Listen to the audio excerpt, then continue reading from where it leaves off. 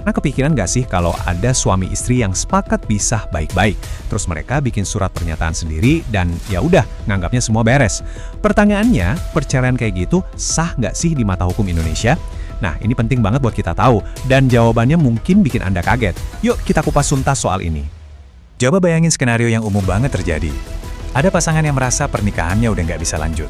Terus mereka sepakat, oke, kita pisah aja ya. Mereka misah baik-baik, bahkan mungkin sampai bikin perjanjian di atas meterai.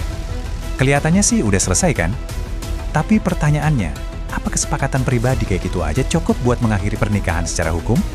Jawabannya singkat, padat, dan jelas. Tidak sah. Betul sekali.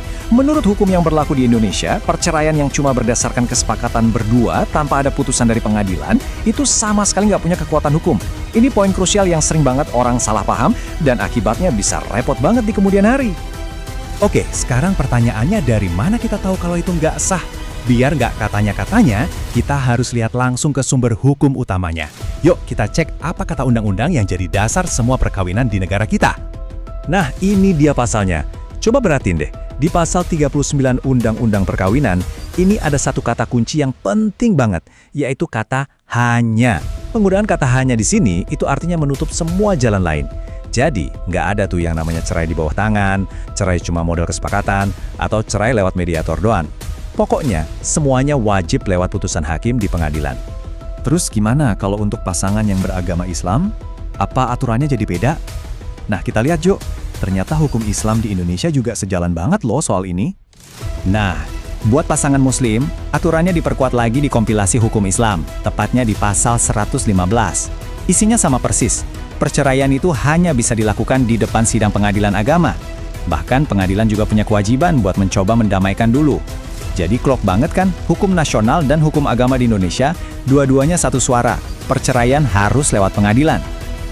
Oke, sekarang kita udah sama-sama tahu nih kalau semuanya harus lewat pengadilan. Mungkin ada yang bertanya, kenapa sih harus ribet itu? Kenapa negara sampai perlu ngatur urusan pribadi begini? Nah, disinilah kita perlu paham peran pengadilan yang sebenarnya sangat vital. Proses di pengadilan itu bukan sekedar formalitas buat dapat stempel. Ada tahapannya. Pertama, yang paling utama, pengadilan itu wajib hukumnya mencoba mendamaikan pasangan ini. Ini bukan pilihan, tapi kewajiban. Kalau upaya damai ini gagal, barulah kasusnya lanjut ke persidangan. Nah, di akhir, cuma putusan final dari hakim lah yang punya kekuatan hukum tetap. Artinya, baru di titik itulah pernikahan secara resmi berakhir. Sekarang kita sampai di bagian yang paling penting nih. Terus, kenapa kalau aturannya dilanggar?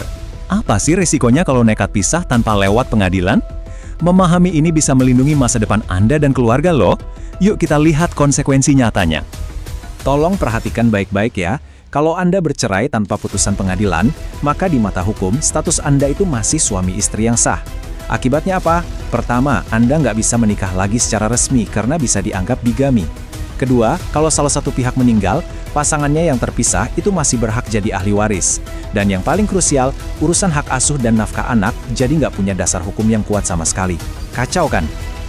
Setelah kita tahu semua ini, ada satu pertanyaan penting yang perlu kita renungkan bersama. Ini bukan cuma buat yang lagi ada masalah, tapi buat kita semua. Seberapa yakin Anda dengan kejelasan status hukum perkawinan Anda? Karena kepastian hukum inilah yang jadi pondasi buat melindungi semua hak Anda di masa depan. Jadi kesimpulannya jelas banget ya, untuk urusan sepenting perkawinan dan perceraian, jangan pernah cuma mengandalkan asumsi atau kesepakatan informal. Menempuh jalur pengadilan itu mungkin kelihatannya ribet, tapi tujuannya bukan untuk mempersulit. Justru itu adalah cara negara memberikan perlindungan hukum terkuat buat Anda, anak-anak, dan masa depan Anda. Pastikan status Anda jelas, karena kepastian hukum itu bukan sekedar formalitas, itu adalah hak Anda. Terima kasih sudah menyimak.